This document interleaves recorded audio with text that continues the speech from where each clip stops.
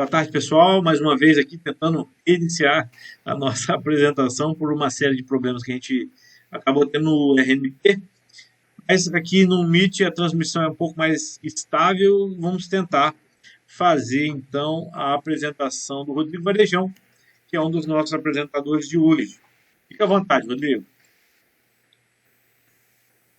Então, boa tarde a todos, agradecer novamente o convite, professor André, Sávio, aí, através do nome de vocês, eu agradeço aí toda a equipe da PRPPG, por esse evento, por ter me dado essa oportunidade, Eu vou hoje tirar um pouco o boné de pesquisador, falar um pouquinho de formação, do papel da formação técnica, da importância da formação técnica, e de tentar aqui estimular não só os alunos, desses cursos, mas também os professores a envolver cada vez mais nossos alunos de diversos níveis de formação nas atividades de pesquisa aplicada.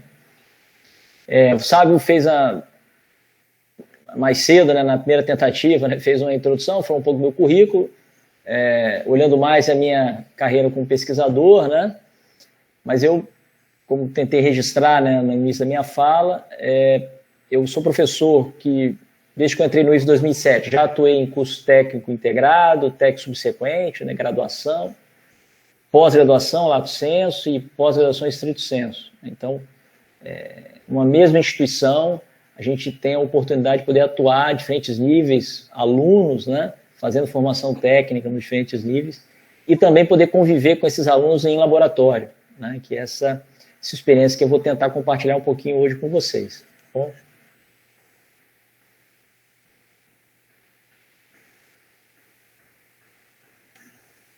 Muito bem, para a agenda dessa minha apresentação, eu vou tentar definir um pouquinho o que vem a ser esse mundo 4.0, que eu coloquei no título, os desafios para o profissional de hoje, muitos desafios se repetem, mas vou destacar alguns, e vou falar um pouquinho, no caso específico do nosso aluno, como é que ele pode participar desse processo, como é que ele pode fazer uma formação e se preparar ao mesmo tempo para os desafios do ambiente profissional. E vou citar aqui um pouquinho da nossa experiência que a gente realiza no nosso laboratório no Campus Vitória. Muito bem. Mundo 4.0. O 4.0 virou uma numeração aí que não tem a ver com idade, mas nesse caso é a idade da tecnologia. E quando a gente ouve falar em 4.0, a gente imagina aí um universo tecnológico, E aqui nessa figura eu ilustro bem, passando pela robótica, manufatura aditiva, uma maneira que você tem de customizar o produto que você quer construir, de acordo com a necessidade do cliente, a presença cada vez maior de robôs no setor industrial, conectividade, sensores inteligentes, dispositivos móveis, como os drones, o uso cada vez maior de armazenamento de dados em nuvem, e aí entra a estratégia de segurança para isso. Entra na rotina profissional o celular com aplicativos que favorecem o seu trabalho, diversos setores que ele atua. Os smart grids, são as redes que integram aí diversas fontes de energia, fontes alternativas. Então, é nesse universo tecnológico que o nosso profissional está se inserindo nos dias de hoje. A presença cada vez mais forte de tecnologia, de um nível tecnológico cada vez maior, que exige mais desse profissional. Aqui embaixo eu destaco 4 tecnologias que são consideradas disruptivas, pelo volume, pelo efeito dessa tecnologia na redução de custos do processo. A internet das coisas, os objetos inteligentes e conectados, tecnologias de comunicação, estamos discutindo nova geração de comunicação, a 5ª geração aqui no Brasil nesse momento, que vai facilitar justamente a integração dos dados gerados por esses dispositivos. A inteligência artificial, os métodos aí matemáticos que são usados para extrair informação dos dados e auxiliar a gestão, a tomada de decisão, né? E os sistemas que fazem uso e chama de manufatura inteligente, né? Claro, combina robótica, combina inteligência artificial, sensores, processos cada vez mais customizáveis e autônomos, né? Muito bem. Aqui eu cito 2 exemplos de tecnologias que se inserem dentro da indústria 4.0 ou do mundo 4.0, que é a modelagem 3D e realidade virtual, né? Aqui são 2 exemplos de tecnologias que nós desenvolvemos e entregamos, né, no nosso laboratório. Tá? Então, aqui o aluno reproduziu um cockpit de uma locomotiva, né, e você não precisa mais daquela cave, né, daquele espaço físico, você consegue reproduzir o ambiente físico usando software, né? E, claro, com o joystick, com recursos adequados, você consegue até sentir o seu tato, os efeitos de teclar, de movimentar, porque o joystick ele vibra, né? Então ele gera uma resposta a partir do movimento, e com óculos você consegue ter uma visão completa, né, 360 graus, do que ocorre dentro do cockpit. Então, dessa forma, você prepara o seu profissional. Aqui um exemplo que vai para uma locomotiva, né? Prepara o seu profissional antes mesmo que ele inicie os testes reais lá no ambiente industrial, lá dentro da rede férrea, né? E isso evita que ele pare a locomotiva, pare o processo, né? Para fazer o seu treinamento. Aqui é um outro exemplo da realidade virtual. Aqui estamos mostrando um motor, né? Esse motor ele foi todo subdividido em elementos.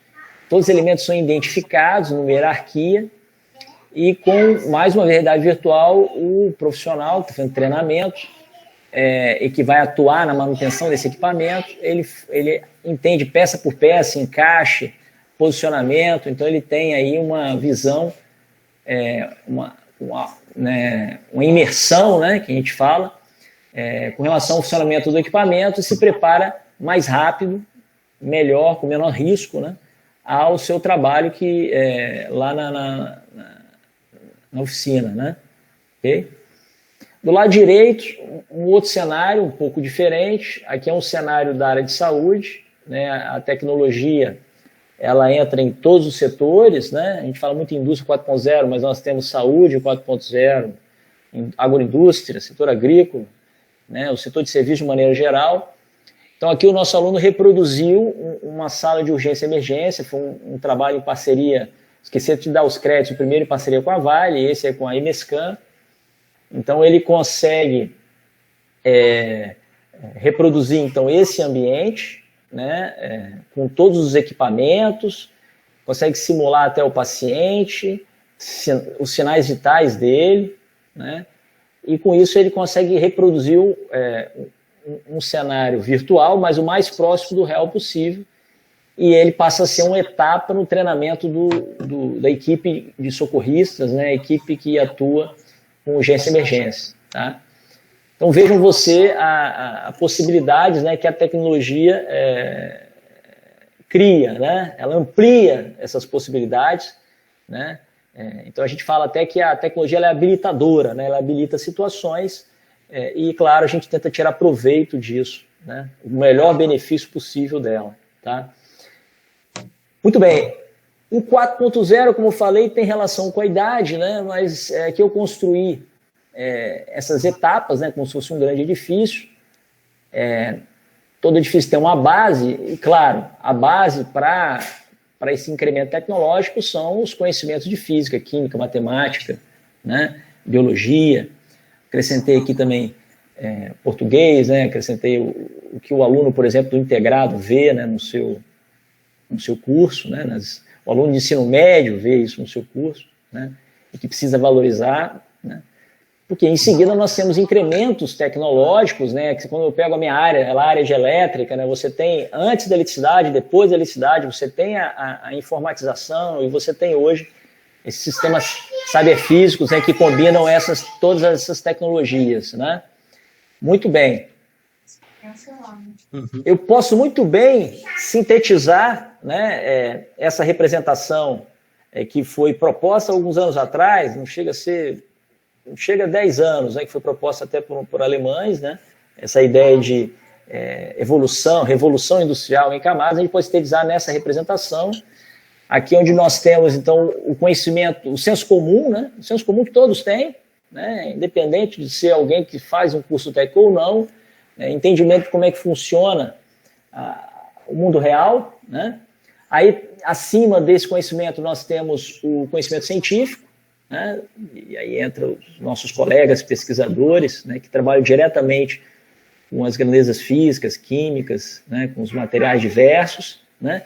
E acima nós temos a tecnologia, uma outra camada, que a partir daqui eu conecto tecnologia com tecnologia, né? São incrementos tecnológicos, né? Então, essa terceira camada são incrementos tecnológicos.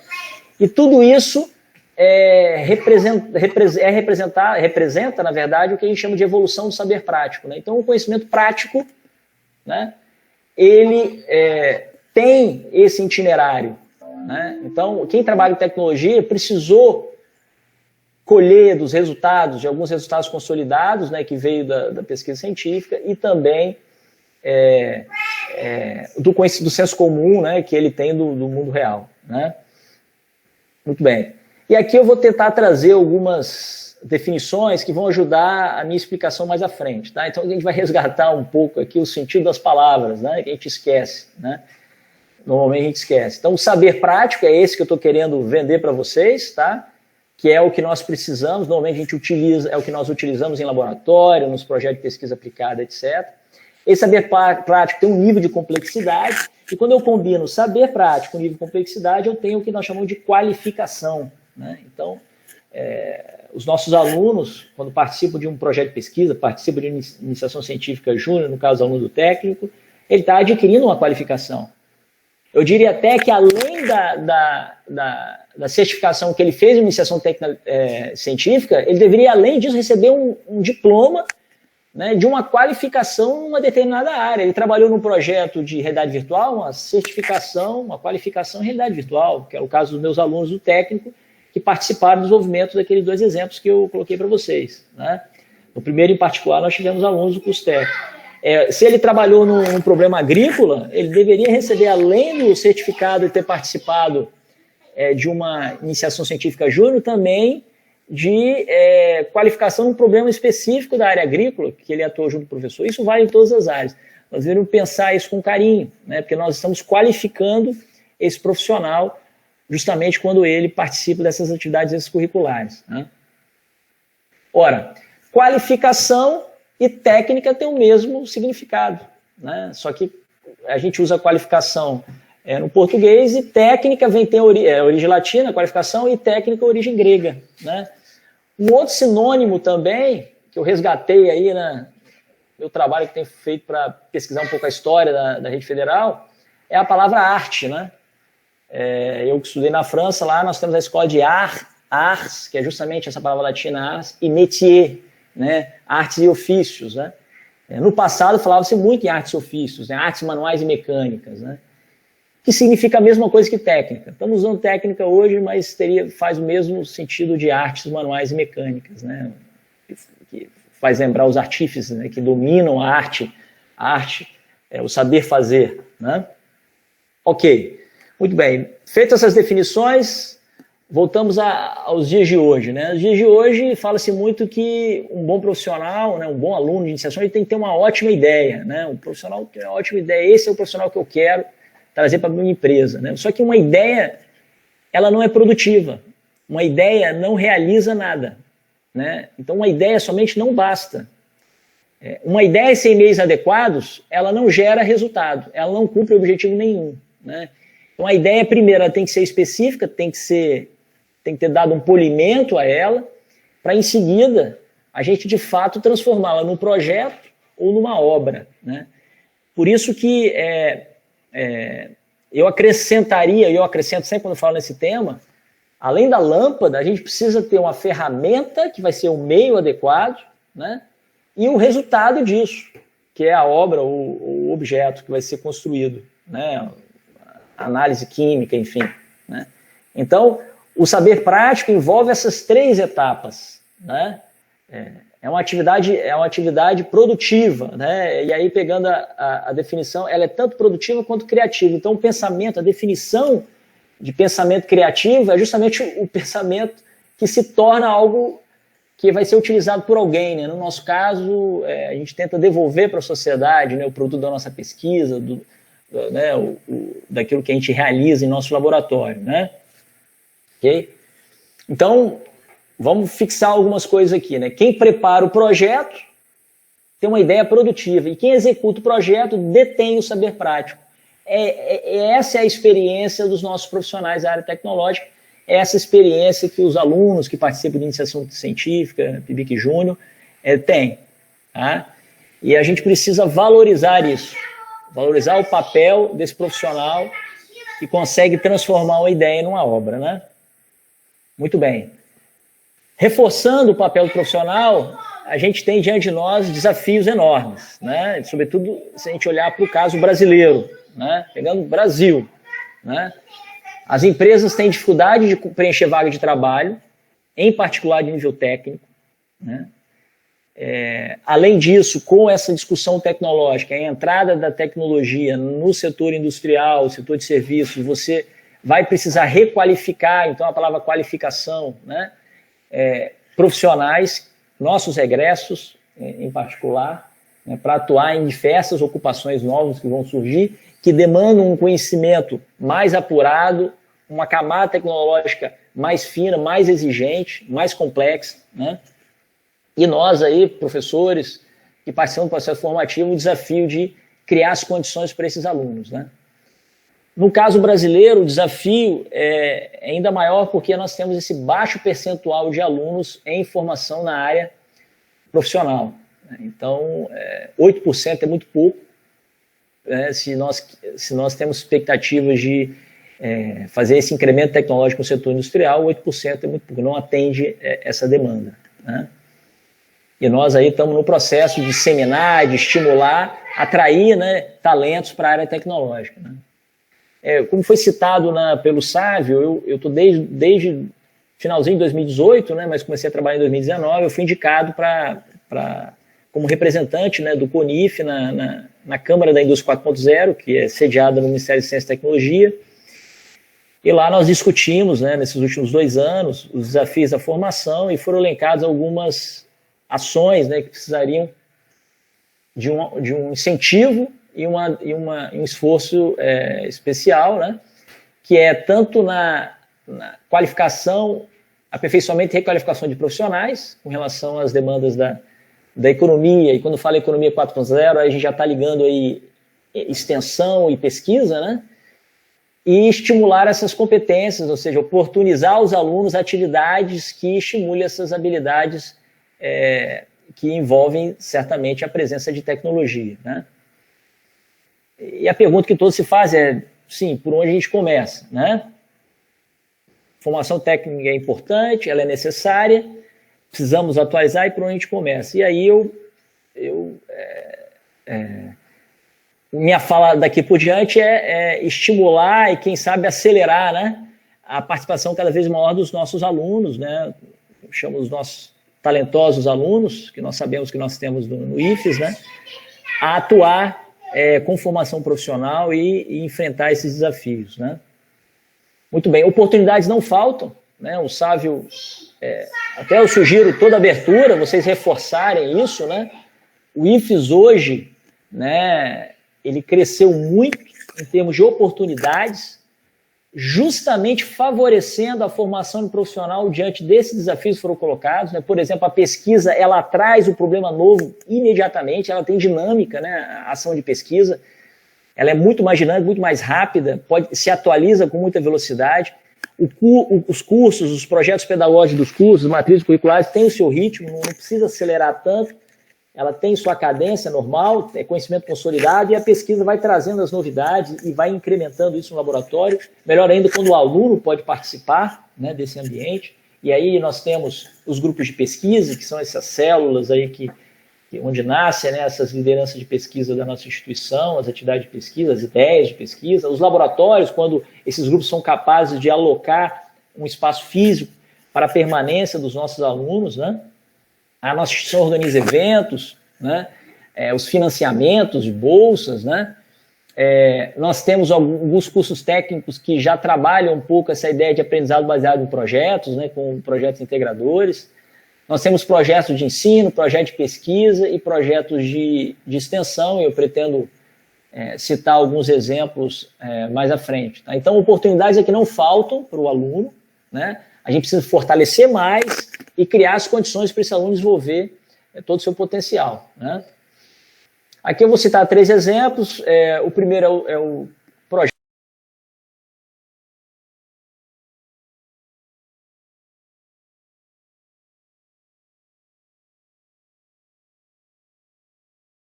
até agora, até o ano passado, né? Preciso atualizar aqui, tá? Os dados de 2019, antes da pandemia. Então, 15 alunos de curso técnico, graduação e pós-graduação. Então, a gente solicitou, na verdade, a Vale que num projeto de pesquisa a gente pudesse alocar alunos de curso técnico, e nós temos um resultado fantástico, né? Com esses alunos. Eles fizeram produção técnica de software de simulação, transferência tecnológica para a Vale, que está entrando no processo da Vale, e produção técnica científica, né? Os alunos, inclusive os alunos do curso técnico, participando de publicações de trabalhos e tal, né? Uma outra ação importante, aí toca um pouco a extensão, né? Num projeto de pesquisa você também consegue fazer extensão. A gente abre o laboratório para a capacitação de outros alunos, né? A gente fez isso em 2018 e 2019, né? Então abrimos para a comunidade do IFES, né? E a gente abre também para a comunidade externa. Nosso laboratório é aberto à visitação, né? No período que estava até 2019, né? A gente recebeu mais de 600 alunos, e essas atividades são feitas pelos próprios alunos do projeto. Os alunos do projeto capacitam seus colegas, os alunos do projeto apresentam o seu trabalho, a tecnologia para os visitantes, né? O projeto Telesaúde é um projeto que eu atuei, né? Fui coordenador aí desde 2011, em parceria aí com colegas do IFES, né? E com esse projeto a gente conseguiu envolver um grupo maior de alunos, sobretudo ProEja, né? Aqui a gente teve uma experiência interessante com alunos do ProEja, né? E também com equipes multidisciplinares, né? Um projeto que também produziu tecnologia, fizemos transferência tecnológica, né? Junto com a GIFES aí, no NPI, entregamos um software que está sendo usado e atendendo uma demanda fantástica, né? Do INIP, a Rede de Saúde Indígena. A gente iniciou esse processo em 2019, veio a pandemia, ainda bem, né? Graças a Deus a gente conseguiu disponibilizar antes, e eles fazem o uso na rotina, no atendimento dos indígenas, nas diferentes comunidades que eles são responsáveis, né? E veja você que com esse trabalho em equipe a gente conseguiu atingir muita gente, né? Seja através de plataformas, de canais de comunicação, redes sociais, né? Então, se não tivesse os alunos talentosos, se não tivesse equipe, a gente não chega a esse resultado. Tá? Todos os exemplos que eu posso dar e citar que eu participo, sem equipe a gente não vai para frente, né? E pessoas que sonham, né, que acreditam que é possível e que colhem os frutos de ter ajudado tantas pessoas, né? Aqui eu pego um exemplo dos nossos colegas de Colatina, cito aqui o Renan e o Igor, né? Eles têm várias ações no campus, estou citando uma que é um projeto de ensino, então eles têm um curso regular e tem um projeto de ensino, né? E nesse projeto de ensino, eu não sei nem se existe bolsa, a gente fala bolsa de extensão, bolsa de pesquisa, né? Não sei se existe bolsa, tem monitoria, né? A ensino tem a monitoria, não sei se poderia ser revertido aqui de alguma outra forma, né? Alunos que participam de projeto de ensino com vários desdobramentos. Aqui eu destaco o envolvimento, né? Eles conseguem envolver, às vezes, metade da turma nesse projeto de ensino, conseguem alcançar muitos alunos, isso é Colatina, né?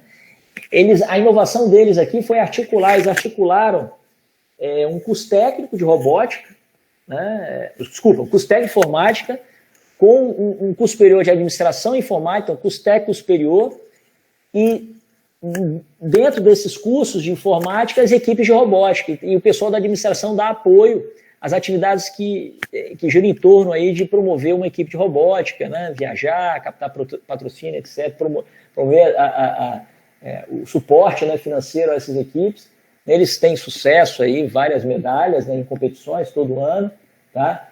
E foi graças a essa fama, né, produzida pelos próprios alunos do Desafio de Robótica, e esses cursos em particular, que tinham uma evasão grande, porque programar, controlar a máquina, aquilo tudo que eu falei do mundo 4.0 é doloroso, né? É desgastante, é exigente, né? O aluno tem que estar muito motivado. E eles conseguiram reverter isso, diminuir a evasão, o que era antes evasão passou a ser êxito, né? E mais, né? Os alunos que têm uma credencial, participou de equipe de robótica, eles têm esse diferencial quando saem da instituição e vão trabalhar em empresas ali da região. Tá? Muito bem. O ideal para o nosso aluno, né, o mundo ideal, né, para o nosso aluno que vai enfrentar esses desafios é poder conviver com toda sorte de experiência. A gente não consegue reproduzir naquele período de formação tudo, né? Mas a gente consegue compartilhar experiências, né? E hoje no IFES, né, nós temos no mesmo ambiente, né, informação, um ecossistema que a gente consegue reunir professores, especialistas, orientadores, pesquisadores, né? Ontem falaram 2 pesquisadores de destaque da nossa instituição, né, no evento que está sendo organizado. Hoje, logo depois da minha fala, teremos outro pesquisador de destaque que vai estar falando. Então, nós temos pesquisadores de ponta, né? Nós temos alunos de diferentes níveis de formação, nós temos a atração de parceiros externos através de ações de extensão, até a própria pesquisa aplicada também traz esses parceiros, e a gente tem empreendimentos incubados, né? E a gente forma então, no IFES esse ecossistema, e o nosso aluno tem que aproveitar isso e usar da mobilidade dele e participar dessas ações, beber dessas experiências, tá? É muito que está aqui, a maior parte das experiências não estão nos livros, né? Está na vivência ali no dia a dia. Então, é aproveitar esse momento, procurar, cobrar, dar o nome, participar, estudar e se dedicar, né? Porque tudo isso vai gerar um movimento virtuoso aí na formação desses alunos, tá bom? Isso aqui é uma característica da rede federal, tá? Uma característica nossa. Nós conseguimos proporcionar isso e temos que valorizar mais isso, esse papel nosso formador, né? A gente desenvolveu no nosso laboratório uma metodologia para trabalhar, sobretudo os alunos do técnico, que eles têm uma bagagem um pouco menor, né, do que a bagagem do aluno da graduação. É uma metodologia que tudo começa com um desafio, a gente desafia os alunos, né, faz um planejamento, ele entra numa formação através de uma atividade extracurricular, a gente habilita ele com novas tecnologias, então ele faz capacitações diversas, que são oferecidas pelos alunos do próprio laboratório, e pelos professores especialistas que a gente convida, né? Eles trabalham em equipe, então não é um aluno isolado, isso é importante. Ele entra num projeto, em grupos de alunos, né? E juntos ele atua em um determinado problema. Essa é uma experiência também importantíssima, a troca ali, atitudes socioemocionais são desenvolvidas quando eles trabalham em equipe, tá? Então, no fundo, né, o que a gente experimenta no dia a dia o aluno ele chega com o background, ele chega com o conhecimento dele, com a vontade dele, um perfil, né?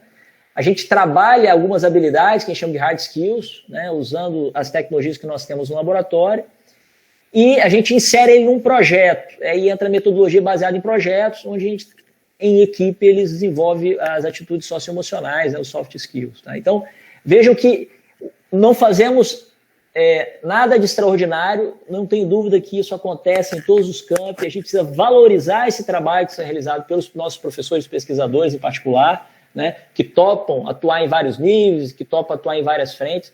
Eles realizam isso na rotina deles, precisa fortalecer, dar suporte, criar as condições para que isso possa acontecer cada vez mais. Ter um espaço físico é importante, adequado para que isso aconteça. Sem um espaço físico não dá para você trabalhar isso, né?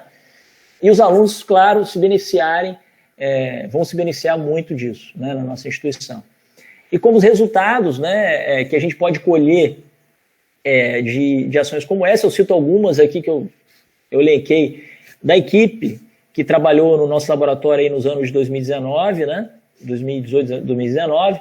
Então, pela experiência de pesquisa aplicada, a gente estimula a produção técnico-científica, né, o que acontece, né, quando a gente envolve alunos em projetos, né. Eles fazem capacitação, a gente envolve o aluno no itinerário de capacitação para que ele se habilite em novas tecnologias, incremente cada vez mais, né, a bagagem dele tecnológica, né. Os alunos que têm perfil a gente leva para pré-incubação, nós temos incubadora no campus Vitória, então Nós tivemos 2 alunos que foram selecionados da equipe, estimulados a fazer pré-incubação e que montaram, que a gente fala, encerraram o processo de pré-incubação e estão entrando no processo de incubação. A gente desenvolveu uma metodologia de trabalho, graças a essa riqueza, essa experiência, essa troca com alunos e professores que atuam no laboratório, que a gente chama de oficinas 4.0, né?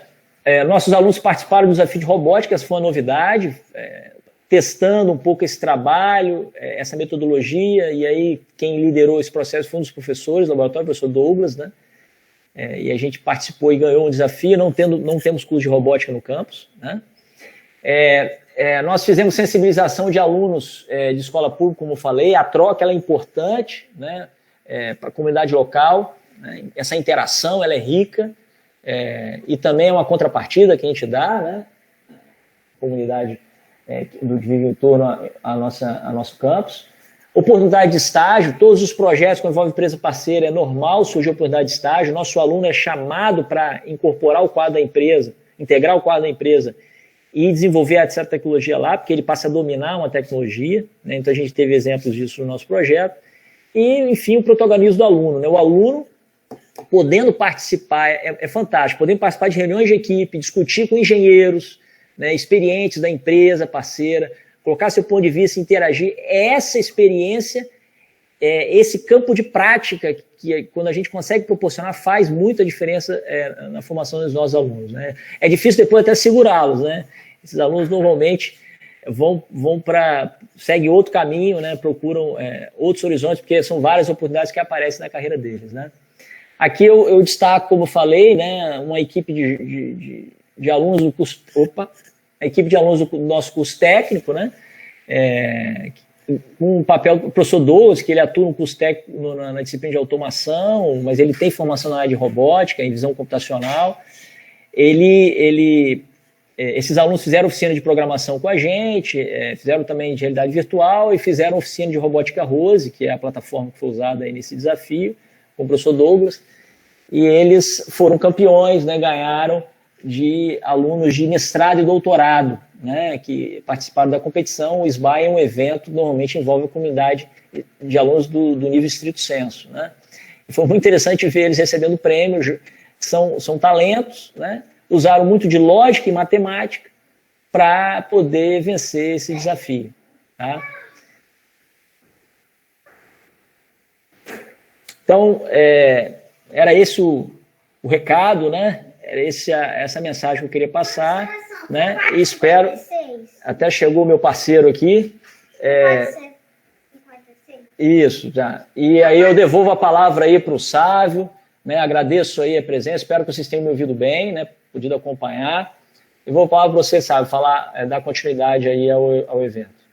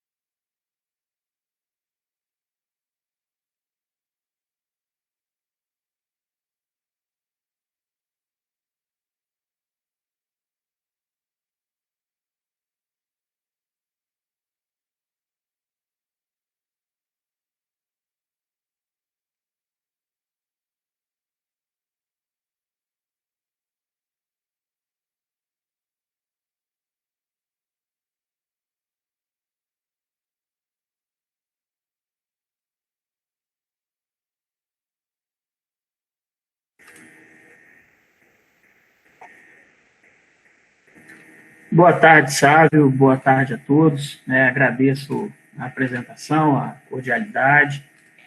Conseguindo ver aí minha apresentação? Sabe? Sim. Obrigado. Porque quando a gente carrega ela aqui, não aparece mais para a gente o bate-papo. Então, assim, agradecer o convite, né, da Pró-Reitoria, né, em nome do André, do seu nome, do Pedro, toda a equipe, né, a Márcia que está aí, a Daniela está ajudando, parabenizar o professor Rodrigo pela apresentação, foi muito importante ouvir o depoimento, né, que a gente, de tantas coisas boas que a gente tem na nossa instituição, e o IFES tem sido um celeiro, né, de produção científica, de formação técnica de muita qualidade, ciência feita com baixo custo, com alta eficiência. E aí o Sávio me convidou para falar um pouco sobre a questão da juventude, né, da pesquisa, né, da parte de iniciação científica, e aqui no laboratório a gente tem muitos alunos trabalhando em praticamente todos os níveis de formação acadêmica. A gente tem bolsistas de iniciação científica júnior e temos bolsistas de pós-doutorado vinculados ao nosso campus, ao nosso instituto, trabalhando em parceiros à nossa volta, né? Então, assim, a minha apresentação, ela é curtinha, não vou estender o meu time. Então, como é que a gente nasceu? Vou contar um pouco da história do laboratório e como a gente integra esses diversos alunos e alunas no dia a dia dos nossos trabalhos científicos. Então, o laboratório de pesquisa em café, ele começou em abril de 2014. Lá atrás, nós éramos 2 pesquisadores, só 2 professores, tínhamos 2 alunos bolsistas e esses equipamentos aqui, que ficavam tudo numa salinha só, onde a gente conseguiu, de uma prefeitura vizinha aqui do município de Vargem Alta, os equipamentos estavam parados, eles fizeram uma sessão para nós e nós começamos a desenvolver os trabalhos dentro da instituição. Então, tudo começou de forma muito embrionária, de forma muito simples, né? E eu lembro quando eu cheguei no Instituto, em março, o professor Evandro, que é um amigo de longa data, né, junto com o professor Adriane e outras pessoas que integram a nossa equipe, falei, Evandro, precisamos montar um laboratório, porque tem que procurar alguma coisa para fazer. Porque só dar aula, parece que, às vezes a gente fala assim, só dar aula não é nada, não é muito. Mas eu tinha um desejo de ser pesquisador, ainda não tinha meu doutorado na época, mas eu tinha uma vontade de continuar desenvolvendo um pouco do trabalho que eu fazia na iniciativa privada dentro do Instituto, mas no sentido de formação.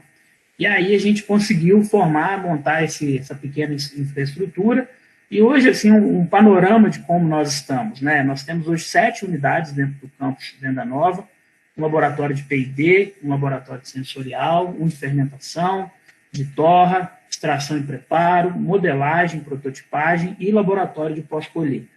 Atualmente, nós temos 7 profissionais do campus vinculados ao laboratório, né, 25 profissionais externos de outras instituições nos ajudando e os nossos alunos que integram a nossa equipe. A gente tem 4 estudantes de doutorado e mestrado, 2 em cada uma dessas bases, que são as pesquisas financiadas por projetos de pesquisa registrados dentro do Instituto, do campus Venda Nova.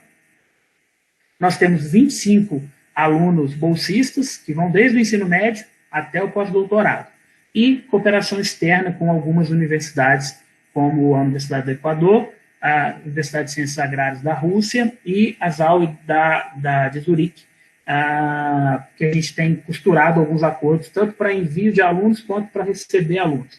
No ano retrasado, nós recebemos uma aluna de mestrado da Universidade Estadual Agrária de Moscou. Ela veio desenvolver parte do mestrado dela aqui no laboratório, já defendeu a dissertação, e nós estamos com a programação de receber mais 5 ou 6 alunos no final do ano, se a pandemia, as coisas estiverem mais controladas, se tiver todo mundo vacinado, porque lá na Rússia já está todo mundo praticamente vacinado, liberado para transitar. Eles querem vir para o Brasil, mas a gente depende de nós estarmos numa condição segura aqui para receber e até mesmo voltar às atividades normais no trabalho. Então, assim, qual que é o nosso modelo? Né? Eu fico pensando muito nisso. por se tratar de uma integração muito ampla e com pessoas de fora da instituição.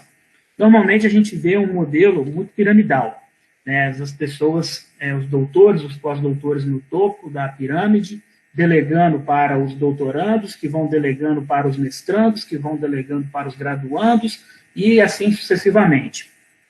E eu não gosto muito desse modelo, né? No doutorado, a gente via muito disso, né, de como funcionava essa hierarquia, justamente para forçar a produção científica, e a gente tenta trabalhar num modelo circular, num modelo compartilhado, onde todo mundo faz parte, todo mundo está dentro desse processo. Então, o pensamento, ele nasce no meio do grupo e ele vai sendo radiado, ele vai sendo distribuído de forma colaborativa, sem nenhuma casca de preconceito em relação à formação. Nós temos alunos brilhantes que saíram do ensino médio, que estão hoje na graduação. Esse é um grande desafio nosso, de reter os nossos alunos e alunas egressos do ensino técnico, e às vezes muitos querem ir para grandes universidades, né, e estudar em outros centros de pesquisa, e às vezes a gente tem a mesma formação acadêmica dentro do nosso campus, dentro da nossa rede, que pode ser ofertada com muita qualidade. Então, esse é um grande desafio de reter esses alunos, e o que a gente prega entre a nossa equipe é que todo aluno, em qualquer nível de ensino médio, de graduação, ele pode conversar, ele pode formalizar seus processos de desenvolvimento com todos os doutores, com todos os pós-doutores. Não há uma barreira nem de comunicação e nem de, eu diria assim, de não acolhimento, né? Ou então de tentar coibir uma ideia, achar que aquilo não tem utilidade. A gente vai mostrar um pouco mais sobre isso daqui a pouco. Então, em termos de orçamento, a gente começou em 2014 com nem um centavo. O laboratório nasceu sem recursos, né, advindo de parceria, e a gente conseguiu, no final do ano, as bolsas de iniciação científica. Eu nem contabilizei aqui nesse primeiro ano. Em 2015, a gente já conseguiu um dinheirinho lá da CETEC, que foi aquela chamada para os institutos federais, chamada 17/2014, se eu não me engano. A gente conseguiu esse valor aqui, e aí as coisas começaram a andar. E no ano seguinte, a gente conseguiu mais um pouco de recurso. Em 2017, o volume praticamente dobrou. Em 2018, o negócio tomou uma proporção muito robusta para nós. Até então, nós não estávamos acostumados.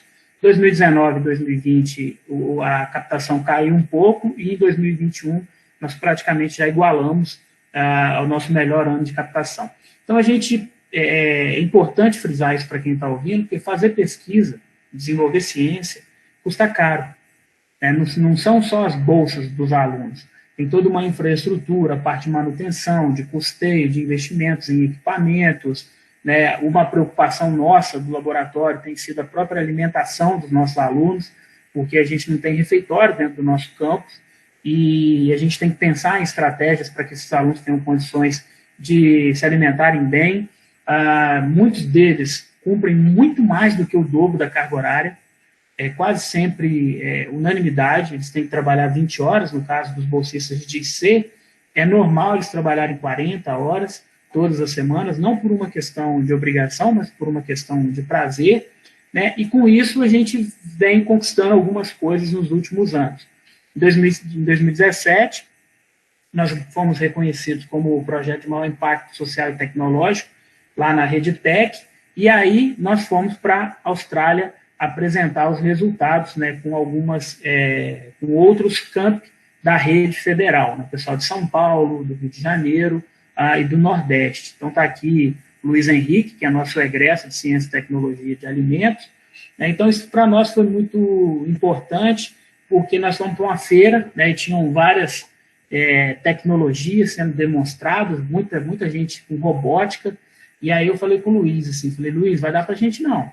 Esse monte de gente aí com robôs, esse monte de coisa aí funcionando tudo automatizado, e a gente servindo café, né? Eu falei, o que vai dar, né? Nós vamos ficar em último lugar aqui. Para nossa surpresa, a gente foi contemplado, foi muito gratificante. Por quê? Foi uma tecnologia que foi desenvolvida dentro do Instituto que permite um ganho de qualidade muito expressivo, e isso reflete no impacto econômico e no impacto social da cafeicultura moderna como um todo. Então, assim, o nosso laço tecnológico hoje ele está validado em todas as grandes bases de ciência do mundo. A gente tem publicado muito, a nossa produção científica tem sido intensa nesses últimos anos, o que demanda da gente uma responsabilidade. Tem a questão da competição, sim, né, no meio acadêmico, mas os nossos alunos são protagonistas em quase todos os processos de publicação e produção científica.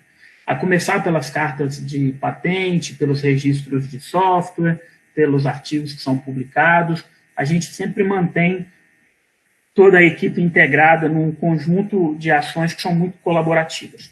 Então, os projetos de pesquisa, só passando rapidamente, são esses dispostos, né, para a gente refletir. Alguns estão encerrando, outros estão apenas começando, né? Nós estamos encerrando o ciclo do projeto Determinantes da Qualidade do Café nesse ano e estamos iniciando um novo ciclo com o projeto do Café Conilon, com uma defesa, né, de que essa matéria-prima possui uma origem singular, e vamos até 2024.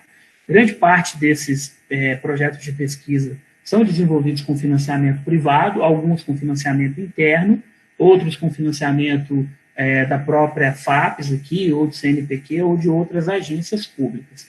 As nossas publicações em periódicos, né, eu gostaria de destacar especialmente esses materiais que saíram no final do ano passado e no início desse ano. Nós publicamos recentemente um livro pela Springer, que no livro, dos 44 autores, acho que a gente tem uns 12 ou 13 alunos como coautores que participaram de todo o processo.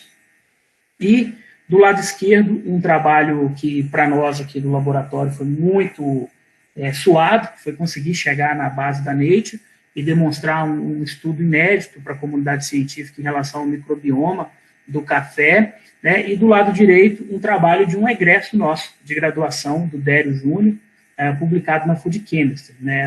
Essa cópia ainda é do Proofing, né? Esse trabalho foi disponível, está disponível a partir desse ano. Então, nesse artigo aqui do Dério, eu gosto de enfatizar, a gente tem o Dério como aluno de graduação, a Thaís como aluna de doutorado e a Daniele como aluna de graduação também. Todos os demais são pesquisadores já formados ou em fase de formação. Isso é muito importante para nós, porque o aluno ele precisa se sentir dono do processo, no sentido de que ele pode empreender coisas muito inovadoras, né? E quando o Dério procurou a gente para desenvolver essa pesquisa, ele tinha a hipótese, a gente sentou, fez o planejamento experimental e rodamos toda a parte de estruturação e desenvolvimento e conseguimos obter um processo muito inovador. A gente vai estar falando dele um pouco mais daqui a pouco. Então, nesse painel, junto com o pessoal da UFV, onde a gente estudou o microbioma do café aqui do Espírito Santo, a gente começou a desvendar o emaranhado de complexidade da relação da fermentação. Então, a grosso modo, só explicando rapidamente, que não é o objetivo focal da nossa conversa hoje, cada linha marrom dessa indica uma coexclusão ou uma competição de micro-organismos por nutrientes no processo de fermentação, seja no solo ou no fruto. E as linhas azuis indicam uma coocorrência ou seria uma cooperação entre micro-organismos. A partir disso, a gente começou a entender que antes de fazer qualquer inferência no campo junto ao produtor, a gente precisa entender esse microbioma que está situado onde o café está sendo produzido, para que a gente possa levar tecnologias que sejam eficientes para os produtores. E tudo isso é feito pelos alunos, porque eles que conduzem as coletas de campo, eles que conduzem a montagem dos experimentos.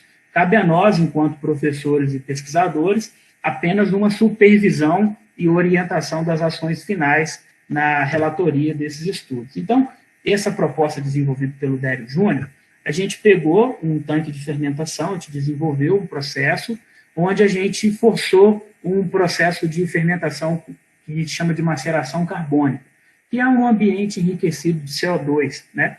E aí aqui a foto da mudança de coloração dos frutos quando são submetidos a esses processos, e aqui a melhoria de qualidade. Então, se vocês observarem, a gente conseguiu um ganho de até 5 pontos na nota global. Em termos de qualidade, de preço, isso remunera muito bem ao produtor, né? Com base nesse estudo de um aluno de graduação, nós desenvolvemos alguns bioreatores, junto com empresas do setor privado, e nós estamos reconfigurando uma série de metodologias de processamento.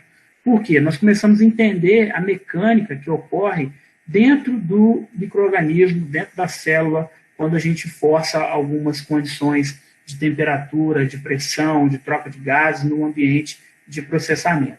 Então, aqui está o estudo final, já publicado agora em 2021, onde a gente conseguiu comprovar uma mudança substancial na qualidade do café e também na estrutura química desse café que é submetido a esse processo. Nós estamos entrando com um pedido de proteção intelectual, não do processo, porque é um processo já utilizado na indústria do vinho, mas nós vamos pedir a proteção intelectual da máquina, do reator que nós desenvolvemos para realizar essas ações. O equipamento já está operando em escala industrial, e a gente também tem escala de bancada, e foi um resultado muito gratificante quando a gente fala em integração de iniciação científica. Esse aluno, Dério Júnior, ele ficou conosco desde o ensino médio. Então, ele passou todo o ensino médio dele fazendo técnico em agroindústria, depois ele queria fazer engenharia mecânica na UFES, e aí eu consegui convencer ele, junto com outros professores, a ficar aqui no Instituto, e hoje ele tem uma pequena empresa de exportação de café com outros alunos que se formaram com ele. Então, assim, o Instituto Federal formou um pesquisador que hoje é um empreendedor. Isso, para nós, é muito importante, porque a gente consegue aliar múltiplas ações, e os meninos hoje entendem o papel da ciência, entendem a importância da ciência, e esse dia ele estava falando comigo assim, Lucas, eu consigo pular para o doutorado direto, para eu não ter que fazer o mestrado? Eu falei assim, em termos de produção científica, você pode até pleitear, né, mas o ideal seria fazer o mestrado para que você possa seguir todo o rito de formação acadêmica, né? Ele falou, vou pensar se eu volto para a instituição, você me ajuda a dar uma flexibilizada se eu precisar fazer o mestrado? Eu falei, a gente ajuda. Por quê? Esses meninos e meninas, eles têm feito um trabalho excepcional dentro dos nossos laboratórios, como já enfatizado pelo professor Rodrigo, né? Então, assim, em termos de publicação científica, a gente tem esse volume de produção nos últimos 6 anos, tem bastante coisa publicada, tudo isso passa pela mão dos nossos alunos de IC, de graduação, de AT, de mestrado, de doutorado, de pós-doc. Cada um com um grau de complexidade, mas nada impede que um aluno do ensino médio esteja participando de uma pesquisa de ponta, de uma publicação de ponta, e aí a gente vai administrando isso de uma forma bem confortável, de uma forma bem tranquila, para não incutir uma pressão sobre o aluno de que ele precisa produzir, que ele precisa publicar. Isso não é uma meta do trabalho deles. Então, o que a gente defende lá no laboratório é que o melhor lugar para errar é aqui, dentro da instituição. Então, eles podem testar, eles não têm compromisso com qualificação, eles não têm compromisso com defesa de projeto, eles têm um único compromisso com o fazer, com a curiosidade de pensar em como resolver problemas complexos. Essas são as nossas patentes que estão sendo preparadas, que já foram enviadas ou serão enviadas para o INPI. Nós temos um pequeno banco de micro-organismos que foi formado por trabalho desses alunos também. Esses micro-organismos hoje são aplicados em diversos projetos de pesquisa. E aqui a gente tem a parte de taxonomia, tanto de presença como ausência de alguns micro-organismos. Alguns só estão presentes no solo, outros só no fruto. Isso é tudo muito importante, porque a gente começa a entender qual a relação de cada micro-organismo na qualidade, no processo de fermentação, na parte de nutrição, na parte de simbiose. Então, hoje, o laboratório, a gente começou com pesquisa aplicada. Então, eu diria que grande parte do que a gente faz hoje está muito voltado para a ciência de base, na compreensão de problemas até um pouco mais complexos do que nós imaginávamos no passado. A gente tem trabalhado muito na parte de fermentação, é o carro-chefe do laboratório. Aqui são algumas imagens dos meninos processando café, ano passado, ainda no período de pandemia. Aqui, a expedição que nós fizemos no Brasil, visitando propriedades. Mesmo com a pandemia, a gente foi para campo e conseguimos superar esse processo. Esse aqui é o João, que é egresso e sócio do Dério. E esse aqui é o William, que é nosso aluno de doutorado hoje na UFES. O projeto dele é financiado pelo Instituto Federal através dos nossos projetos. Aqui eu ia colocar a foto final aqui do torrador para mostrar para vocês, mas a equipe não me autorizou. A gente vai fazer o lançamento oficial em junho. Esse equipamento em preto é um torrador desenvolvido por uma empresa britânica que custa, em média, entre 28 e 32 mil reais. Ele torra 50 gramas de café. Nós desenvolvemos uma máquina, um torrador, não é esse aqui, esse é só um desenho de ilustração, que tem 4 vezes a capacidade operacional do nosso concorrente, a um custo infinitamente menor. Foi totalmente desenvolvido dentro do campus Venda Nova do Imigrante, pelos nossos alunos e pelos nossos servidores. Então, cada peça, cada etapa, cada circuito, placa, o software, a parte de hardware, toda a parte estrutural, mecânica, foi desenvolvida pela nossa equipe. Tentei integrar algumas pessoas de outros campos, mas às vezes falta um pouco de comunicação ou velocidade, o nosso time é um pouco acelerado, e a nossa equipe aqui acabou dando conta do recado no desenvolvimento da máquina. Então, em junho, a gente deve fazer uma celebração oficial de lançamento desse equipamento. Só para efeito de comparação, essa máquina chega no mercado por 32 mil reais. A nossa máquina tem condições de chegar no mercado por menos de 5 mil reais, com uma tecnologia embarcada muito mais eficiente e muito mais promissora no sentido de desenvolvimento do processo de torra. Aqui o João dando aula para os produtores, né, antes da pandemia, tá, pessoal? Todas as fotos aí sem máscara são do período antes da pandemia, e é uma prática muito comum nossa, dos alunos serem protagonistas em todos os processos. Por quê? Senão eles não aprendem. A melhor forma de aprender é ensinando.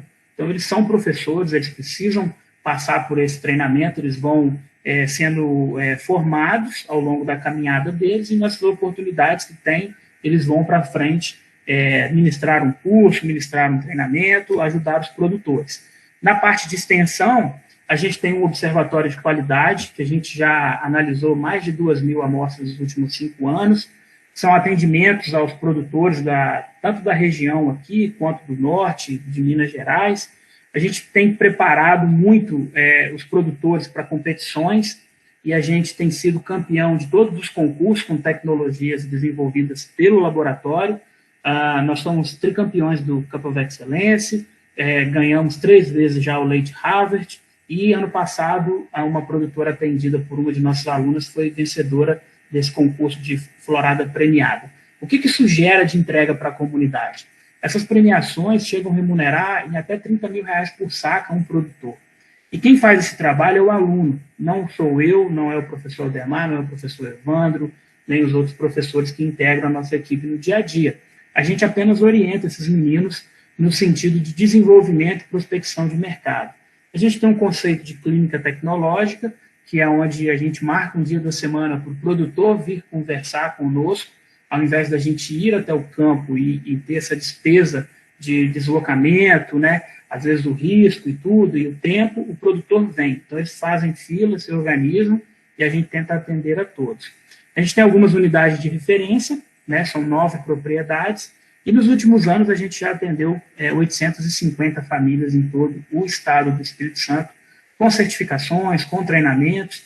Na parte de ensino, aqui é a sala de aula nossa no campo, dentro de um barracão, dentro de um galpão, de um produtor. Nós estamos conversando, isso foi bem antes da pandemia. Então, em 2018, a gente formou 40 produtores nesse modelo FIC, e em 2019, 3 turmas, com 120 produtores. Para 2020, nós tínhamos planejamento de 350 produtores nesse projeto, inclusive turmas em Rondônia. Veio a pandemia, tivemos que parar tudo, tivemos que abortar todos esses processos por conta dessas questões da epidemia que nós estamos vivendo. Mas é uma formação diferente, é uma formação menos, eu diria assim, menos comprometida com o conteúdo teórico e mais comprometida com o conteúdo prático, porque nós estamos lidando com um público que nem sempre teve a oportunidade de estudar, né, até o ensino médio ou a graduação. Então, a gente tem que desenvolver uma dinâmica de pedagogia muito mais voltada para a demonstração e explicação de como as coisas ocorrem, para que a gente possa resgatar esses produtores. Então, ano passado, nós desenvolvemos o projeto do Metabolômica, do Café do Brasil. Aqui o nosso mapa, né, do nosso país continental, Em cada pontinho desse, a nossa equipe foi de carro. Foram 34 mil quilômetros percorridos no Brasil todo, e de forma inédita nós vamos ter uma mesma metodologia de processamento de café para caracterizar o perfil químico, sensorial, climático, microbiológico e físico desses cafés do país todo. Na época que a gente começou essa expedição, as pessoas me chamaram de maluco, falavam assim, vocês estão ficando doidos, né, sair de carro aqui do Espírito Santo e parar lá no Ceará, né, sem conhecer as pessoas, sem saber onde a gente ia dormir, mas nós fomos, voltamos e conseguimos vencer, e tudo isso feito de sobras de projetos de pesquisa, de ajustes pontuais. Para ser pesquisador no Brasil tem que ser criativo, e aqui estão algumas imagens das nossas andanças no Brasil como um todo, né? Aqui em cima em Pernambuco, em Exu, aqui em São Paulo, na Alta Mogiana, e aqui lá no Ceará a gente quebrou o protocolo e tirou uma foto sem máscara aqui. Então foi basicamente Evandro, Aldemar, Thaís, eu e o William, que alternavam em algumas viagens pelo país todo, fazendo esse mapeamento da qualidade. Então, a gente tem um outro projeto inovador também, que é na parte de genotipagem de qualidade do café Conilon, que a gente vem estudando há alguns anos, que é um projeto de pesquisa piloto, que a gente vai caracterizar clone por clone, que é a tese de doutorado do William.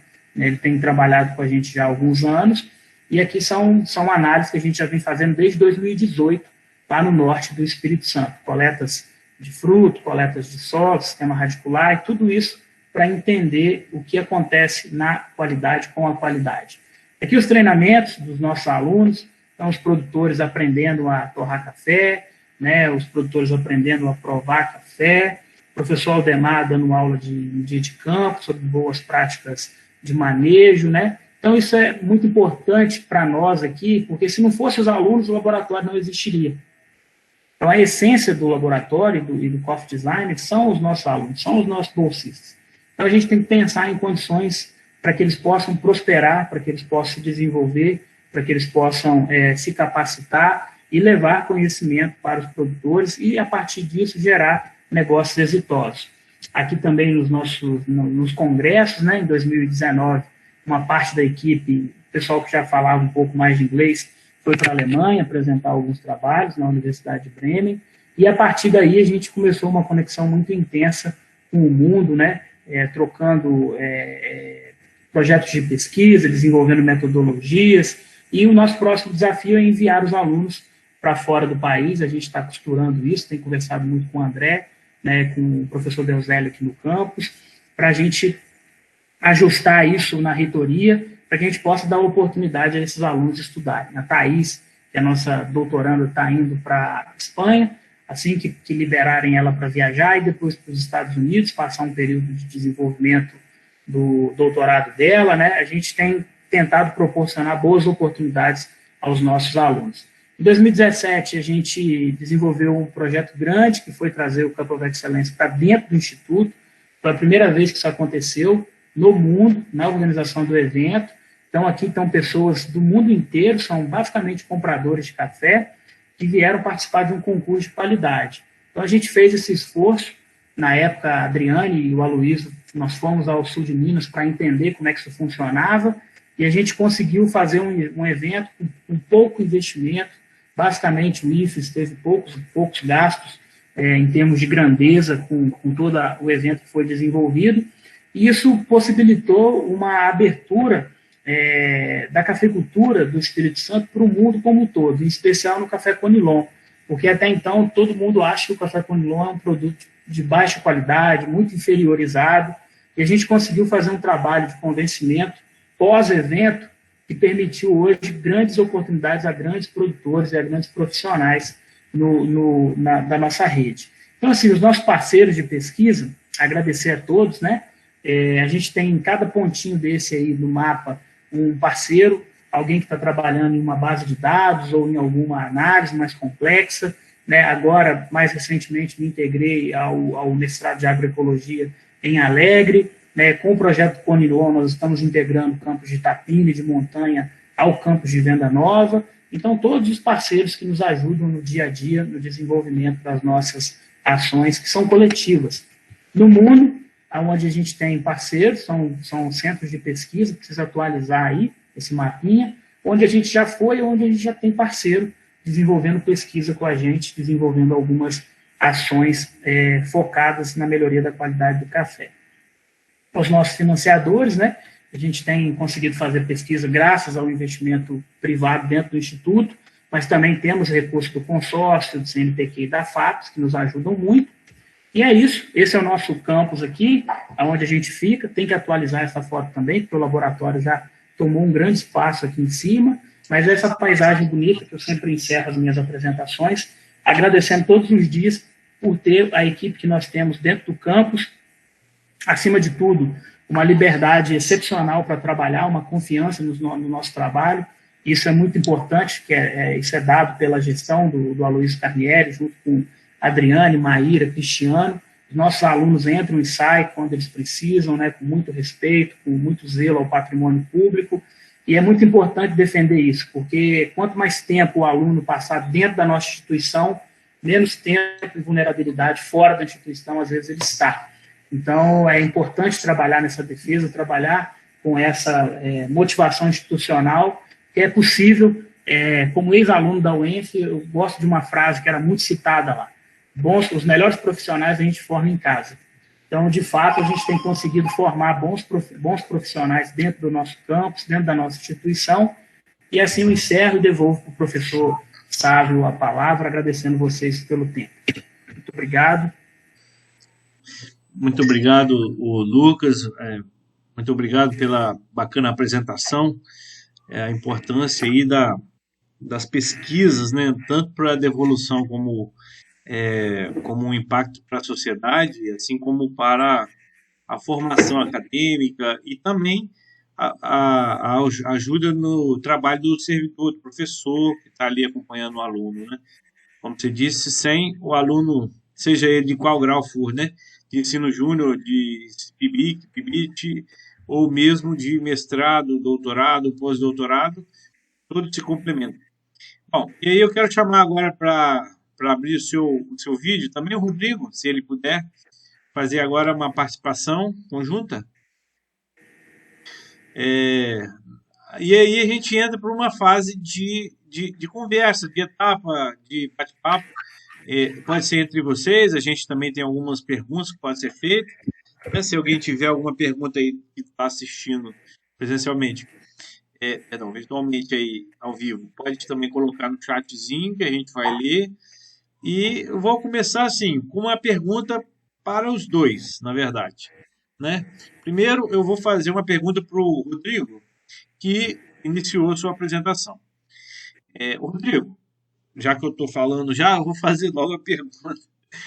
Olha só, deixa eu te perguntar uma coisa. De que forma você vê a participação dos alunos do ensino técnico, a integração dos alunos do ensino técnico, do ensino médio e do superior e da pós-graduação, no caso, mestrado, principalmente, né, que é o que o IFES mais tem hoje em dia. Você consegue trabalhar essa integração entre os alunos? Como é que isso dá das suas pesquisas aí?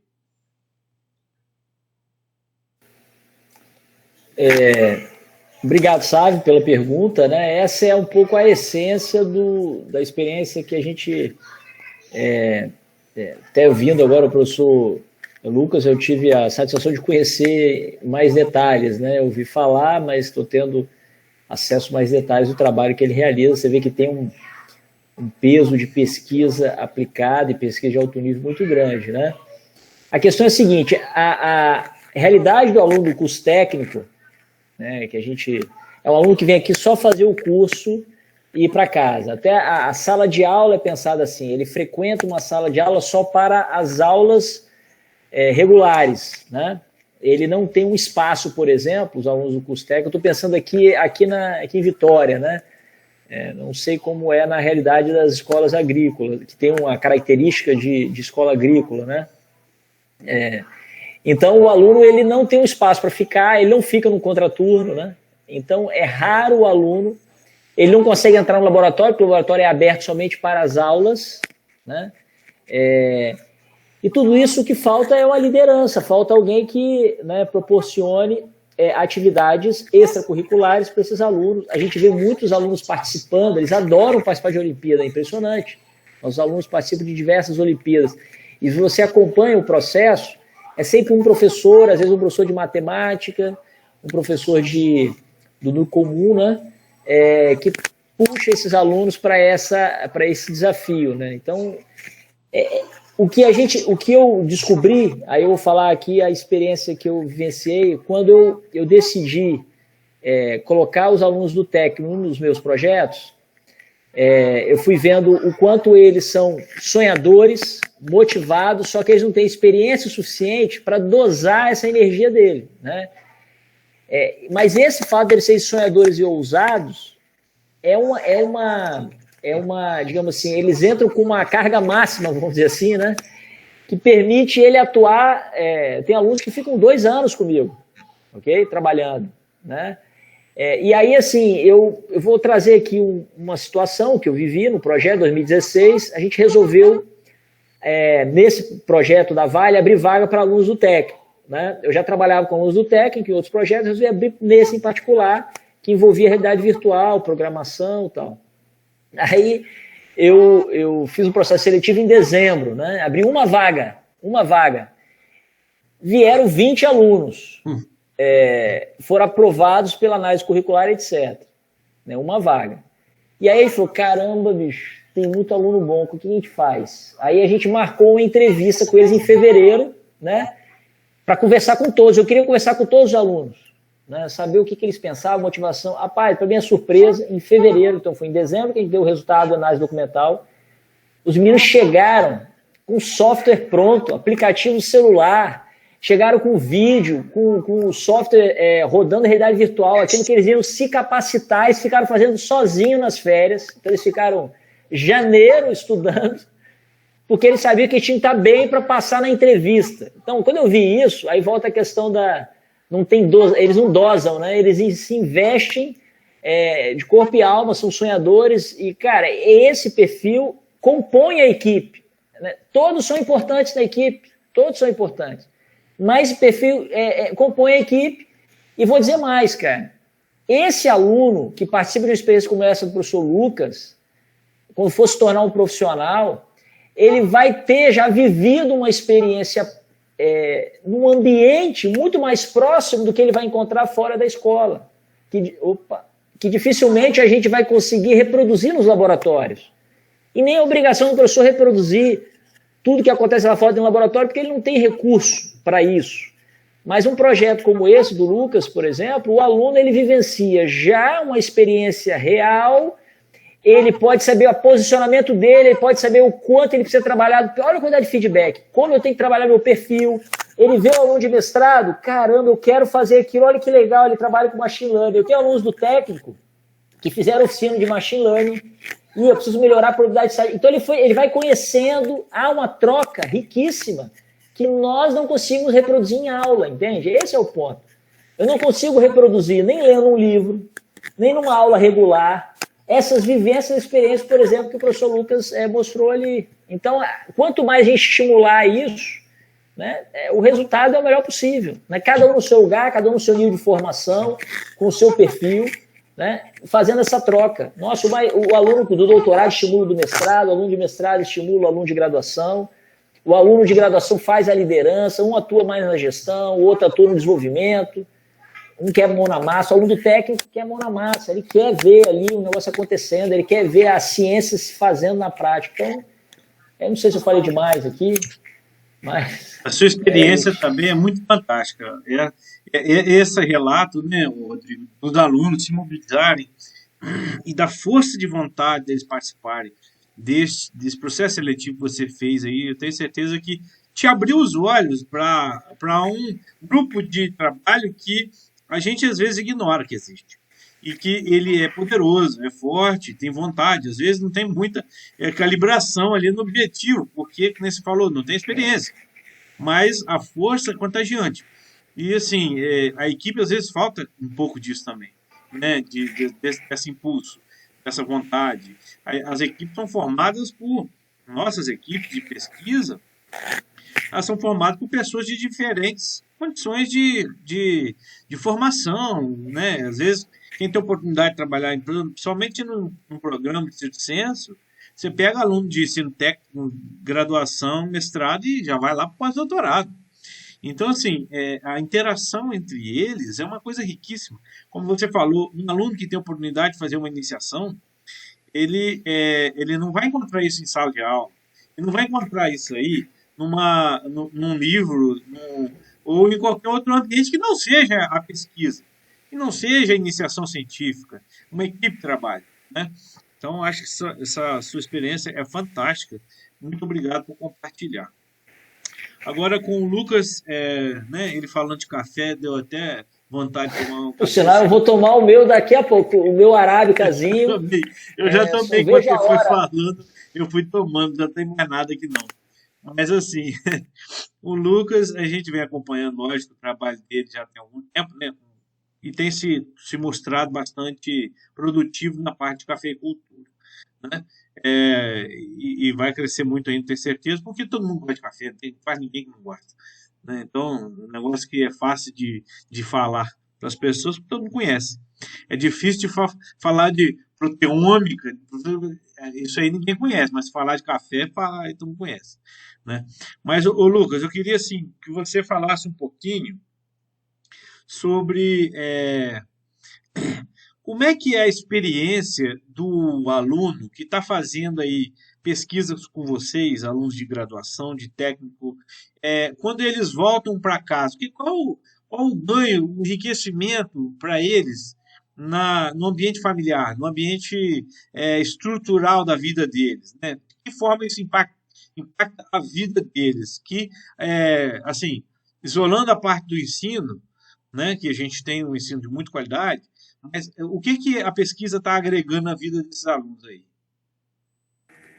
Bom, essa é uma pergunta muito importante, né? E eu comungo muito com a fala do professor Rodrigo, que é em relação ao espírito do aluno que chega para a gente, às vezes, no técnico, ele quer fazer tudo, ele não tem medo e tem que dosar. O desafio, às vezes, é dosar um pouco essa ansiedade, essa vontade deles. Como eu também sou uma pessoa muito intensa nas minhas relações, os meninos falam que não tem muito limite.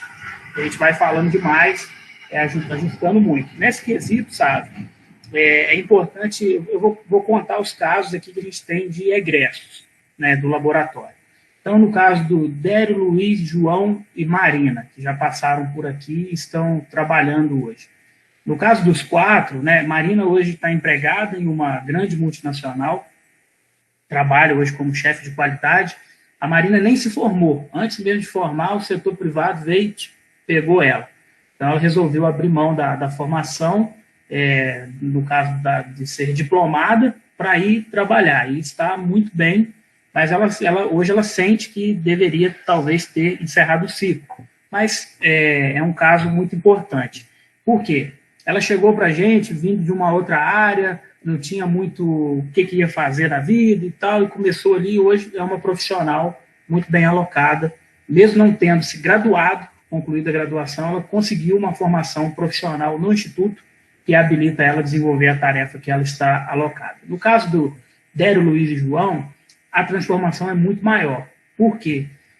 Esses meninos, eles são filhos de produtores, e hoje eles têm uma exportadora de café.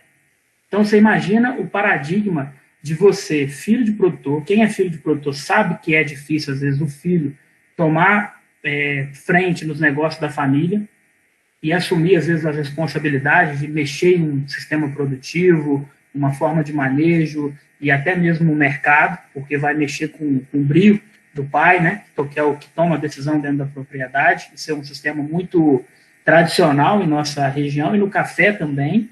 Então, no caso dos 3, houve uma mudança substancial na família. Né? A gente observa um apoio da família, tanto no Instituto, em termos de investimento, de colaborações. Quantas vezes os pais desses meninos emprestaram caminhão, emprestaram carro para a gente fazer alguma coisa de campo, porque às vezes não tinha carro disponível, ou precisava ir em um lugar que o nosso veículo não conseguia ir, e esse pessoal assumiu o papel de ser institucional também. Então, eu diria que há uma gratidão com o Instituto, pelo que o Instituto ofereceu para essas pessoas. E a gente tem alguns mais novos, né, que estão em fase de formação. Eu poderia citar o Michel e a Sabrina, que são filhos de produtores, e a gente vê a evolução da propriedade a partir de conceitos simples que são modelados. O professor Aldemar, o pai do Michel gastava 80 mil litros de água dia para processar o café. A safra tem 3 meses. Olha quanto de água esse produtor gastava em sua propriedade. Com uma simples intervenção de metodologia do professor Aldemar, eles conseguiram cair para 12 mil litros. Sabe, às vezes a gente não publica um trabalho ou não faz um vídeo, mas isso é uma revolução, né, ecológica dentro da propriedade, porque normalmente essa água que passa pelo processo, não necessariamente ela está apta para voltar para o curso natural, né, do rio, do córrego, né, e ela volta contaminada. Então, metodologia simples, a gente vê o impacto na família, no caso do Michel e da Sabrina, outros, no caso do André, que os pais produziam café de forma tradicional e ele começou a ver que o café da família tem muito potencial, então eles passaram a investir para produzir café especial. Eu acabei não colocando no slide, mas a gente tem um conceito, que é um conceito muito aplicado, pessoal, da parte industrial, né, de programação, computação, robótica, que é o conceito Maker, né? A gente tem o conceito do laboratório Maker, que é o quê? O produtor e o aluno, eles fazem. Então, tem o torrador lá, quem vai torrar é o produtor, junto com o aluno. Eu não vou ficar vigiando aquilo, não. A gente só ensina para o negócio não pegar fogo lá e se pegar fogo, ter o extintor de incêndio. Então, as pessoas precisam fazer. A gente precisa entender que o espaço, ele é público. E que as pessoas têm que ir dentro da nossa instituição. Essa é uma coisa que a gente precisa quebrar. E talvez eu, por não ter sido aluno de iniciação científica na graduação e ter vivido apenas no mestrado, como funcionam as coisas na universidade, então eu não cheguei carregado de uma vaidade de que isso aqui é meu, ou ninguém pode usar isso aqui, ou tem que ficar fechado a 7 chaves, né? Porque tudo que está aqui dentro tem segredo, alguém vai copiar. Então a gente tenta, obviamente, dadas as circunstâncias, né? Tem laboratórios que a gente precisa proteger por conta do patrimônio intelectual e de processos que estão sendo desenvolvidos, mas a gente trabalha muito essa lógica de trazer o produtor para dentro do laboratório, junto com o filho, junto com a família, para que ele possa se sentir parte do processo, e aí uma defesa, no caso do Instituto, não é da nossa parte, mas sim da comunidade. Quando alguém vai falar mal ou criticar, a gente tem os produtores fazendo a defesa, porque eles se beneficiaram no dia a dia com o desenvolvimento de ações que a gente empreende dentro do campus. Beleza, Lucas. O processo participativo é fundamental, né? Então, envolver a comunidade, envolver os alunos, fazer com que os alunos levem a tecnologia para eles próprios, que eles são usuários também, isso faz toda a diferença no compartilhamento das informações e na defesa de qualquer ataque, né? Bom, eu acho que temos algumas perguntas, né, Márcia? Isso. Eu não sei se o Rodrigo, né, e o Lucas olharam o chat. Então, assim, na verdade, tá um monte de parabenizações, porque as 2 palestras foram, assim, show de bola, né? Acho que todo mundo gostou e vocês trouxeram coisas, assim, que a gente não sabia que está acontecendo, né, no Instituto. Eu até comentei, Rodrigo, tem que fazer essa palestra para todos os campi, né? Então, vocês podem ver aí do Lucas, maravilhoso. Eu ia perguntar sobre a inserção disso daí no contexto da cidade, de Venda Nova, dos produtores, mas você já respondeu aí, né, com essas suas últimas falas. A Adriane perguntou para o Rodrigo a respeito do registro do software, se foi muito difícil. Eu não sei se você já chegou a responder. Não. Então, vamos lá. No caso de parceria com uma empresa grande, como a Vale do Rio Doce, por exemplo, a gente sofre do problema da empresa grande. Ela é igual, ela tem uma burocracia igual ou pior que o serviço público, tá? O IFES é até mais ágil nisso aí, o IFES é muito mais ágil que a empresa grande. Então, os registros estão sendo feitos pela Vale. Obrigatoriamente são eles que fazem, já que eles têm um NIT lá, equivalente a um NIT, né? No caso, na área de saúde, os registros foram feitos pelo IFES, por nossa agência de inovação. Tanto o registro do software, que é a primeira etapa, quanto o registro do licenciamento, que também foi feito no INPI. Foi o primeiro registro de licenciamento que o IFES fez, né, licenciando uma tecnologia para um parceiro externo, né, no caso lá a Rede de Saúde Indígena. No caso quando é a primeira vez, aí o professor Lucas deve ter vários exemplos, né? Quando você faz uma coisa pela primeira vez, é doloroso, é sofrido, é lento, a gente tem que criar, o instrumento existe, mas os modelos não existem, né? Os mecanismos existem. Por sinal, o pesquisador que trabalha com pesquisa aplicada, eu em parte me coloco nesse grupo, né? Nós sabemos que existem vários mecanismos aí, a gente precisa deles, né? Vou dar, por exemplo, financiamento através da lei do bem, eu citaria N exemplos que existem para nos ajudar, porque a nossa pesquisa depende de tecnologia, de financiamento. A nossa depende. Se parar isso, a gente vira... tudo que é legal que a gente está falando desaparece, né? Vira a sala de aula. A gente acaba caindo trabalhando muito mais com questões mais teóricas, né? Então, assim, esses mecanismos são novos para todo mundo, inclusive para a nossa instituição, a gente está aprendendo a depurar. Mas registro de software e agora licenciamento tecnológico a gente já domina, o IFES já domina através da GIFES. Então, eu não vejo dificuldade. Existe uma burocracia, mas não há dificuldade. Fazer parceria, acordo de cooperação, tudo isso nós já dominamos, né? Já existe uma tramitação já conhecida, rápida, que é realizada, rápida sim, comparado com o que é feito lá fora, e que entre em contato com o seu professor, com o seu diretor de extensão, né, no seu campus, coordenador de extensão ou de pesquisa, que ele vai te indicar o caminho aí da agência de inovação do IFES, tá? Legal. Eu lembro que a primeira vez que eu fiz um depósito de patente também era tão obscuro, tão difícil. Na verdade, assim, não tinha conhecimento de nada, né, sobre isso aí. Eu fui incentivado a fazer, na época era o Christian, né, estava antes do Rodolfo, e aí o Christian falou assim, rapaz, vem para cá que a gente vai tentar criar. Aí eu fiquei o dia inteiro lá do lado do Christian, lá, vai tentando aí. Ele ficou dando aula, trabalhando lá, eu fiquei lá na biblioteca pensando, quebrando cabeça, como montar um protocolo, alguma coisa assim, um documento.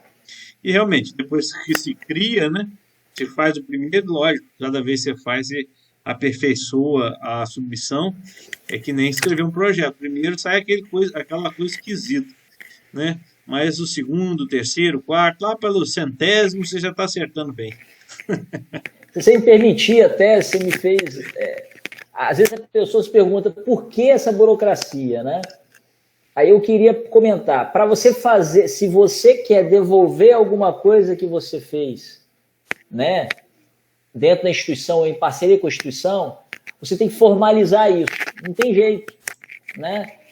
Não dá para ser assim, toma aqui, tá disponível. Não é dessa forma, né? Você tem que formalizar, isso resguarda você, resguarda a sua instituição e a pessoa que vai usar, né? Resguarda ela. Ela não pode ser questionada por isso. E aí esses mecanismos, por exemplo, quando você faz um registro de software, torna o seu trabalho algo sério. Não significa que o seu trabalho não é sério. Torna algo sério, porque está numa agência. E essa agência, ela certifica que, de fato, esse software existe, né? E, a partir daí, você vai fazer a segunda etapa, que é licenciar, né? Então, para quem tem acesso à tecnologia e quem entrega tecnologia, é importante essa formalização, só que dá trabalho. A gente não tem formação nisso. Eu não sei se o Sávio, se o Lucas... Eu não tive. Nos meus cursos, eu corria disso. Só que hoje é o que a gente mais faz, né? Mas, enfim. Na verdade, assim, os nossos cursos de graduação, nossa época, não visava muito esse tipo de produto tecnológico, patente, eram raros, você vê. Era o quê? Publicação, artigo, resumo, essas coisas. Agora, dentro do Instituto Federal, não sei se o nosso perfil, que já é um perfil bem mais tecnológico, né, para produção tecnológica, de solução, de pesquisa aplicada e tal, envolve mais esse tipo de demanda, né? E a gente tem que aprender, estamos nesse meio, não tem jeito. E os alunos têm que aprender isso também. Quando a gente cria um software, cria um patente, um depósito de processo ou produto, tem que envolver o aluno no meio da discussão, bota para ele ajudar a descrever o negócio, porque ele também vai aprender alguma coisa diferente, inclusive bem diferente do que a gente, quando fez a nossa formação lá na nossa graduação, né, na nossa formação profissional. Eu acho que isso aí também faz parte do processo de capacitação do aluno. Bom, Márcia, você está vendo mais alguma pergunta aí para os colegas? Não, eu acredito que de perguntas tenham se encerrado, as perguntas tenham se encerrado, acho que, né, foram bem respondidas aí, tá? Excelente, então tá ótimo. Acho que assim, nós tivemos um problema inicial na transmissão, infelizmente. RNP é um problema sério, é um caso sério, tem dia que funciona, tem dia que não funciona. E como a ACS estava envolvido com outras atividades ontem e hoje, a gente não pôde fazer pelo canal da ACE, lá, né, do IFES. Teve que fazer pelo canal do YouTube e nenhum de nós aqui somos expert em transmissão de webconferência, live, essas coisas. Nós usamos, né, mas acho que funcionou bem, deu tudo certo, graças a Deus. Eu vou fazer aqui, já está gravado, né? Eu vou disponibilizar lá pelo canal da PRPG. Bom, de antemão agora, eu gostaria muito de, mais uma vez, agradecer pela participação e disponibilidade do professor Lucas e do professor Rodrigo Varejão, tá bom? De vir aqui, de contar um pouco da experiência de vocês, do trabalho de vocês para nós. Isso vai ficar registrado, o histórico nosso da PRPG, né? E também agradecer muito a organização que está sendo elaborada pela Daniela, pela Márcia, por toda a equipe da PRPG que está fazendo isso aí, encabeçada aí pelas duas colegas, uma da coordenação do PRODIF e a outra coordenação do PICT, né, dos programas PICT de bolsa. Só lembrando, nossas editais de bolsa estão abertas, ok? Ainda estão abertos. Tentem lá incentivar os alunos, colegas, professores, para fazer as suas submissões, aproveitar a oportunidade e agradecer muito a participação de todos vocês que estão aqui assistindo também a live de hoje. E nós estamos promovendo aqui para aumentar o nível da discussão da pesquisa institucional nossa. Daqui a uns tempos nós voltaremos aí, então. Últimas palavras, meus queridos amigos. Lucas e Rodrigo, pode ficar à vontade. Bom, agradecer, né, a todos pelo tempo, né, pela disponibilidade em ouvir, compartilhar um pouquinho, né, agradecer o convite, né, é muito importante. E assim, eu queria fechar a minha fala só agradecendo a instituição, porque quando eu vim para o IFES, eu tinha um sonho de ser pesquisador. Então, eu me sinto profissionalmente, plenamente realizado por conseguir fazer o que eu sempre sonhei na minha vida, que é fazer pesquisa. Eu não sabia que ia me deixar com o cabelo tão branco, tão rápido, mas faria infinitas vezes novamente. É exatamente isso, Rodrigo. Ele não começou a cair, né, mas ficou branco. E agradecer a vocês que têm dado um apoio à pesquisa, né, aos alunos que nos ajudam, aos servidores. Nós temos 3 pilares muito importantes: é o ensino, a pesquisa, a extensão. Cada um com o seu mérito, cada um com o seu valor, com a sua importância para a sociedade. Então, assim, sempre que for para falar de pesquisa, pode contar comigo. Eu me sinto mais à vontade nesse campo e agradeço aí a oportunidade e o tempo de todos. Forte abraço. Então, eu também, de novo, agradecer, uma satisfação poder contribuir, né, com a instituição, poder compartilhar a experiência e, claro, que ela possa ser útil, né, para os meus colegas de instituição, para os alunos. Eu sou ex-aluno da escola técnica, né? Eu fui aluno na escola técnica, aí pegando um pouco de história, o meu sonho era ser pesquisador, né? Eu lembro que para mexer com o computador, eu fiz um curso de informática na Micronews, uma empresa que foi criada assim, lá no centro de Vitória. Com 12 anos eu fui lá fazer curso de informática, porque eu queria ver o computador, para ver o computador eu tinha que fazer curso de informática, né? E então, assim, foi a partir da minha formação, e aí você vem a importância de uma formação, né? De você estar num ambiente que tem tradição em formação, no caso profissional tecnológica, que aí foi o direcionamento. Eu fui tendo a oportunidade de continuar estudando, estudei em várias instituições diferentes.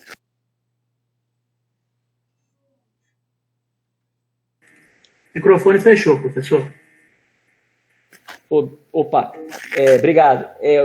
Esse sonho que foi alimentado, fui mexer aqui, esse sonho que foi alimentado, né, durante minha passagem pela escola técnica, e voltei a trabalhar na mesma coordenadoria onde eu era aluno.